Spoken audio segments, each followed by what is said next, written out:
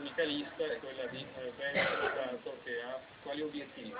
Niente, Veneto Stato ha appunto come unico obiettivo quello dell'indipendenza del Veneto. Veneto Stato è nato 6 mesi fa dall'unione del PNV con i Veneti appunto per portare avanti questo grande progetto indipendentista,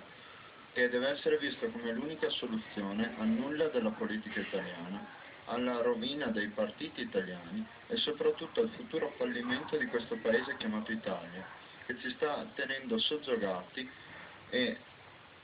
schiavi di questo sistema ormai sbagliato e fallimentare. Veneto Stato nasce con l'unico obiettivo di dire basta a tutto questo, di smettere di credere alle favole dei partiti italiani, di smettere di continuare a votare le solite facce, i soliti nominati, e puntare finalmente su un unico grande progetto nuovo e innovativo come quello di Veneto Stato, per puntare finalmente all'indipendenza del Veneto, per puntare ad avere un futuro migliore in uno Stato più vicino ai cittadini, più giusto